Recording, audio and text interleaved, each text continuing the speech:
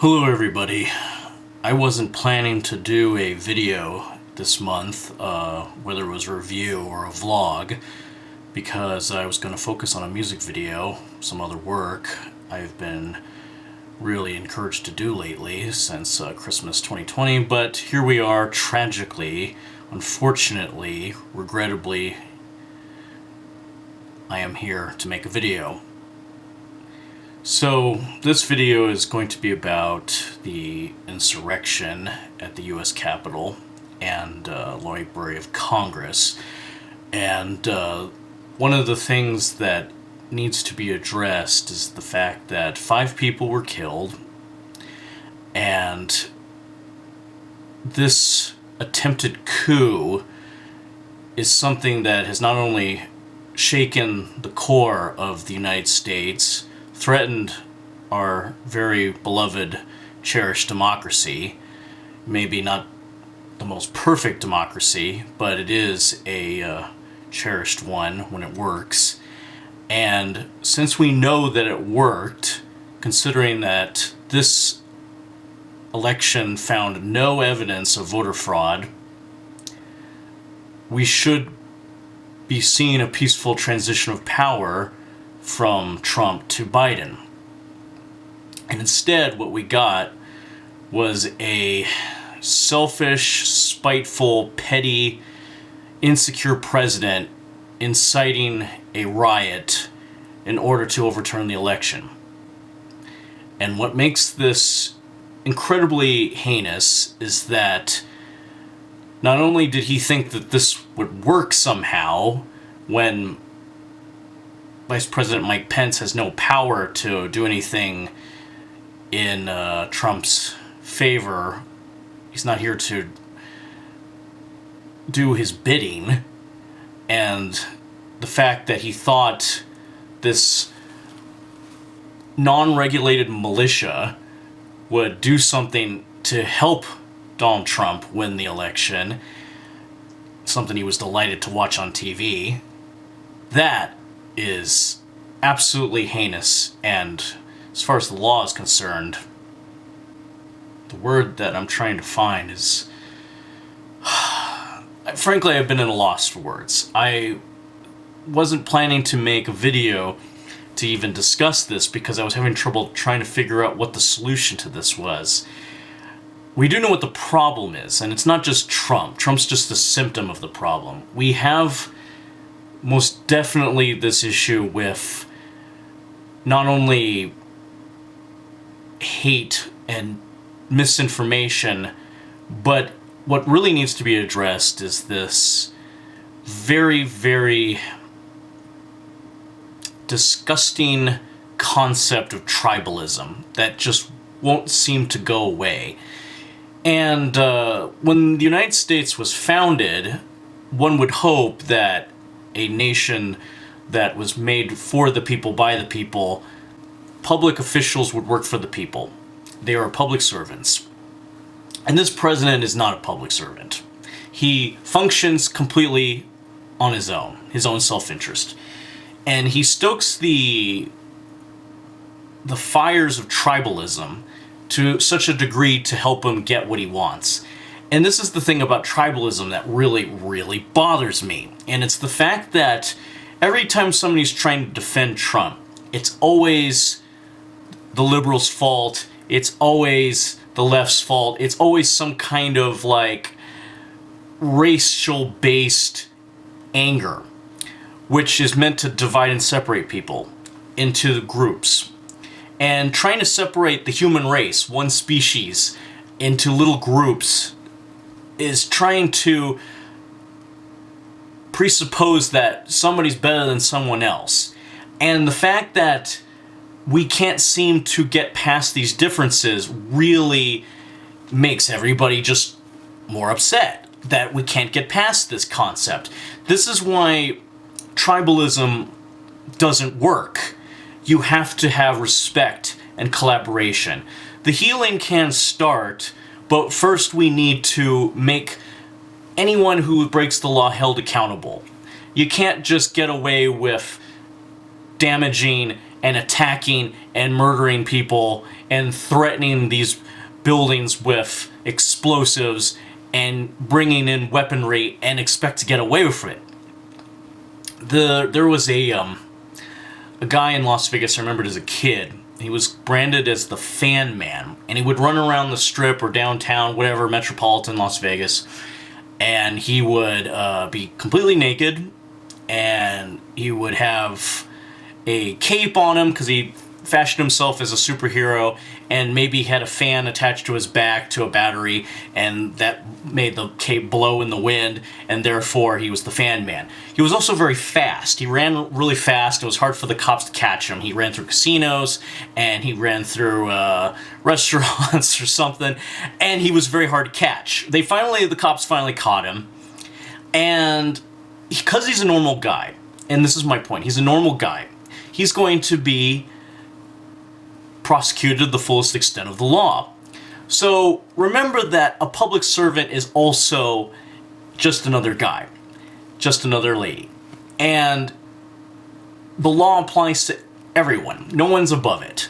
So looking at it that way, all men are created equal. Someone like Trump inciting insurrection, inciting riots to do violence, that is something that the law must work in order to stop the dangerous precedent of this happening again with other leaders, with anybody trying to stoke any kind of violence to get what they want. And if the Fan Man went and tried to start a riot, then they would also arrest him. So why does the Fan Man, who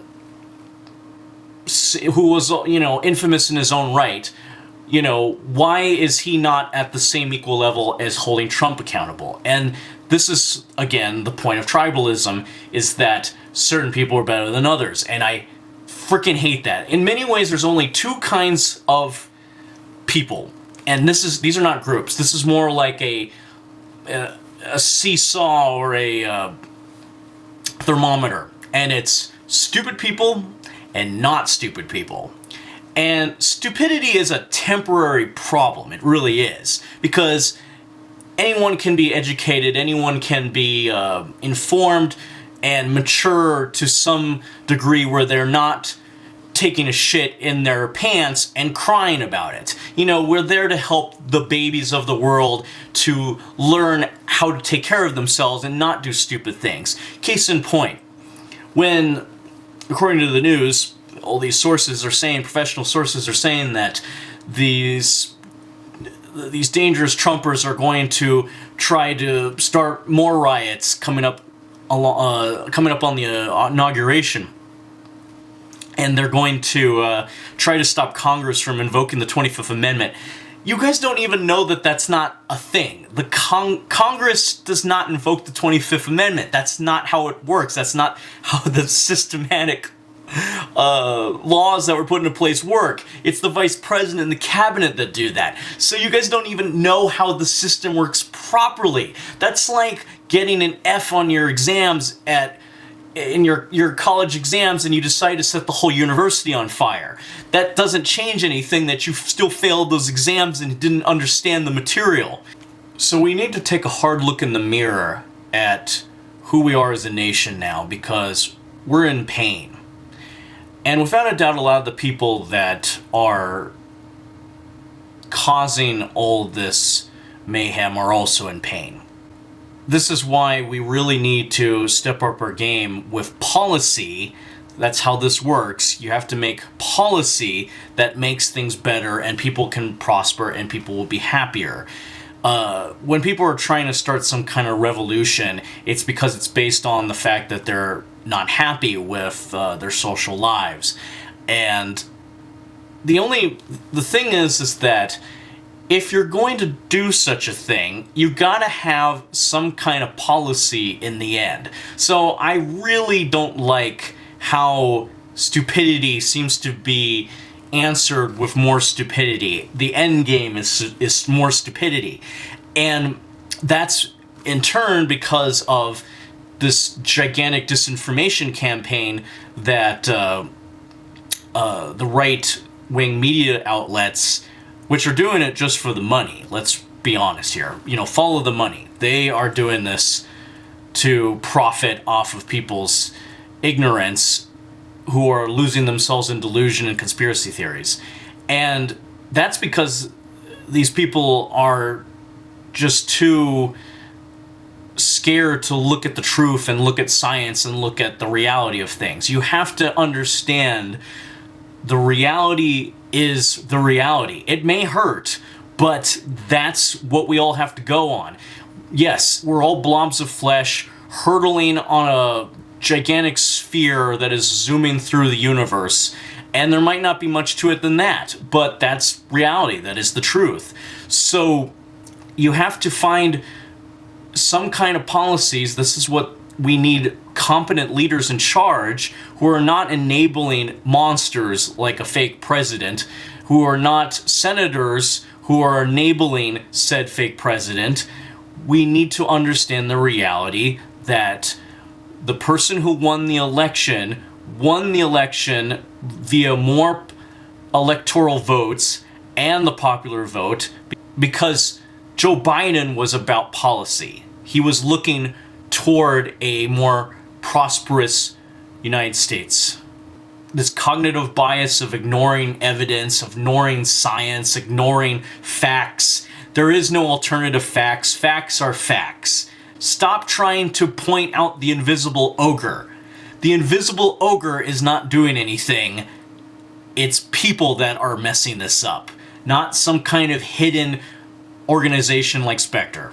And we need to figure out why this is festering on one side of politics. Again, this is not about tribalism. It's about trying to understand why this is happening.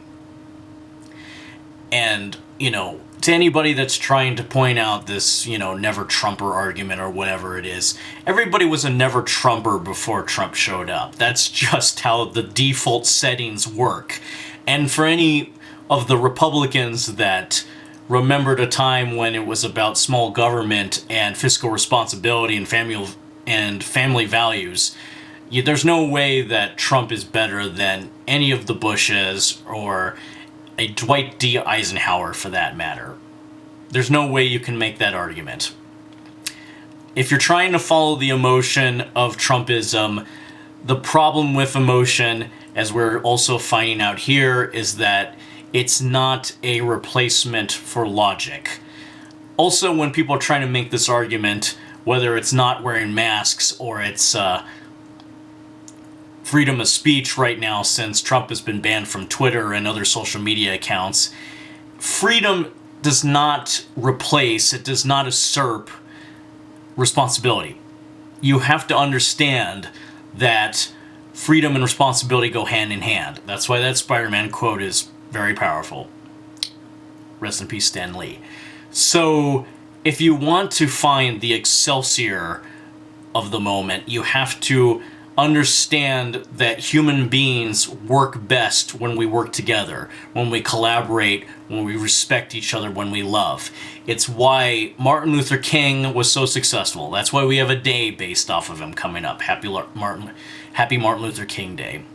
So, my solution, most of the expert solution, is we have to figure out how to not only just lower the temperature, but we have to make sure the law works for everyone. That's why the law is legislature. It's something that we can all sit down, look at a piece of paper, look at it objectively, and determine how the law can best work. Law sometimes has been flawed, but that's why it's always up to the next generations to make it better. I hate to be in a position where the next generations look up at us and say, man, we were so fucked up that we couldn't figure this out. And it's very tragic because it seems like these people are going to keep on doing this. The United States has always had a history of violence, but I don't think it's had a history of mental illness on this large of a scale. Lost for words again. Justice is blind and holds scales. This is a difficult moment for America. A date which will live in infamy.